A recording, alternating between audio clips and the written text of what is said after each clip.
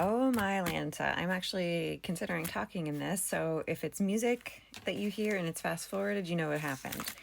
I've gotten a lot of requests to show how I make these tabs, and since it's tea, I figured we would do Tab Tuesday, or tab for tea, whatever, you give me. So I'm going to show you how to do these. You need a few things, but I'm going to show you some easy ways to do it. Some kind of cardstock, tea-dyed paper. You can spray it with this, or if I can figure out where my stuff is, or you can use an ink pad. Couple different options. I cut a piece of paper, generally that's 2.5 inches by 5 inches. That seems to work for me. So you can either just fold it in half or you can score it. I like to score it because I'm a weirdo. So we're going to do 2 1/4. Okay, so this is going to be the start of our tab. And then I'm going to scroll out a little bit so you can see a little bit better. Now you have a couple different options on how you can create the tab. We have the tab board. I like it, but I'm not a huge fan of it. I don't really like this style tab, but it's beautiful on if that's what you like. Other options is you have a envelope punch board or just an envelope punch. This is typically what I use. So we're going to take this. I'll zoom in a little bit for you so you can see. Hopefully I'm not too chaotic for you. It's typically my personality. So you're going to put this in about halfway. You can kind of see there. Just put her in right there. Give it a punch. There's the start of your punch. And then really you decide how long you want your punch to be. I typically like to have a tail. Some people will just punch here and here and that makes them happy and that's beautiful and that's great. I do a tail like this. And then I'm going to come in with my ruler and my cutter. Line her up, make sure she's even. Line. Good. And then we're just going to cut that off. And then this is typically my base. Let me zoom out a little bit for you. Okay, once you have your base, typically what I do is I'm going to ink around the edges just to really grunge it up a little bit more. So I think that makes it look a lot cooler. In my opinion, I think it just kind of brings it together. So I'll try to do this quickly for you. Okay, and then the next thing that I usually do is I like to add some stamping to it to give it kind of some texture. Like you can see here, just a little bit of texture in the background. So I think I'll use these stamps today because I already had them on my desk for another project. And look, it doesn't have to be fancy. It doesn't have to be perfect. It doesn't have to look amazing. Most of it's going to be covered up. You're just trying to give it a little extra zhuzh. I like that word, zhuzh.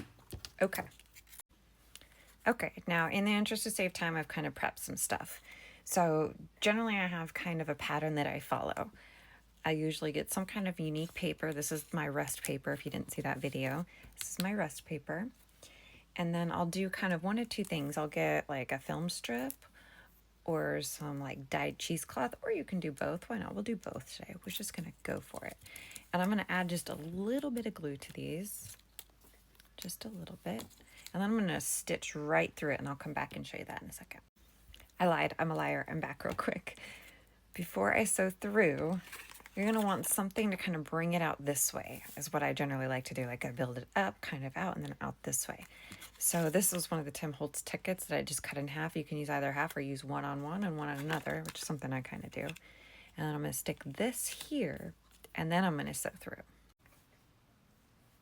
Okay, now you can see that I sewed through it. I did not sew this part to it, but I sewed through it. If you do not have a sewing machine, do not use a sewing machine. Use what you have. I'm a huge supporter of that. Then usually with these, the next thing I do is I go to my box of labels from Vibe of Vintage. She's on Etsy. She's amazing. I love her. I've already pulled one out, but these labels are perfect. Whether you need a square one, round one, your vintage label needs, she's fantastic. And we support small creators around here.